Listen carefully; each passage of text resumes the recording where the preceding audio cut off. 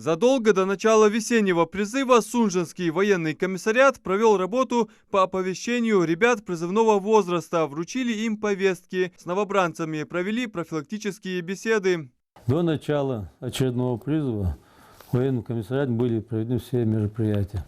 Подготовлены все планы, провели инструкторские, методические сборы, составлены графики работ, заседаний призывных комиссий.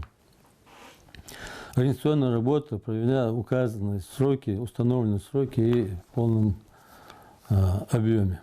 Служить молодые люди будут в различных родах войск. Это и военно-космические, военно-воздушные, и войска Национальной гвардии. Также разнообразная география их отправок. Вместе с тем, военный комиссар Сунжинского района вынужден констатировать: данный призыв у нас идет немножко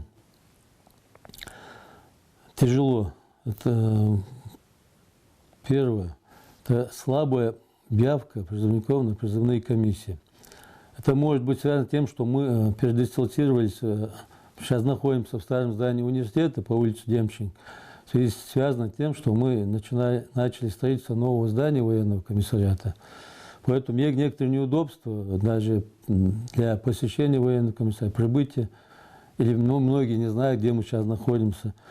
Во-вторых, то, что я раньше озвучил, это беспокойство родителей о попадании своих детей в зону военной операции. И в-третьих, невыполнение гражданами требований воинской обязанности. В связи с этим Сунжинский военный комиссариат доводит до призывников и их родителей важную информацию. Родители молодых людей беспокоятся за своих детей тем, что у нас идет военная специальная операция на Украине.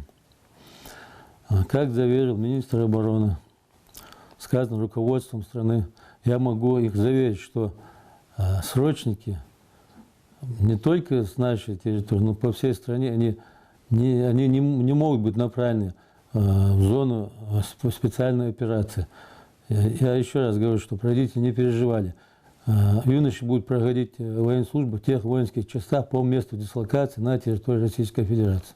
Каждый 17-летний гражданин обязан встать на воинский учет. Уклонение от призыва влечет за собой административную ответственность, вплоть до возбуждения уголовного дела. Как рассказали в военкомате, зачастую молодые люди не приходят на призывной пункт, ссылаясь на плохое состояние здоровья или наличие группы инвалидности. У нас много детей-инвалидов. Чтобы каждый ежегодно, 2 раза в год, чтобы этих людей не вызывать на очередные мероприятия, пускай они пройдут, принесут все свои медицинские документы. У кого инвалидность, приносят документ об инвалидности, проходит медицинское свидетельство, медицинское обследование, возвращаются. Потом после этого мы их направляем для контрольного медицинского обследования в военный комиссариат субъекта. Вот эти все мероприятия надо провести, чтобы мы по нему приняли окончательное решение. Если человек по состоянию здоровья не может быть призван, мы никого не направляем и не напрягаем этих людей. Поэтому и нам было бы легче тех больных, которые ежегодно, призывно не вызывать военный комиссариат, один раз решить с ним вопрос и зачистить их запас по состоянию здоровья.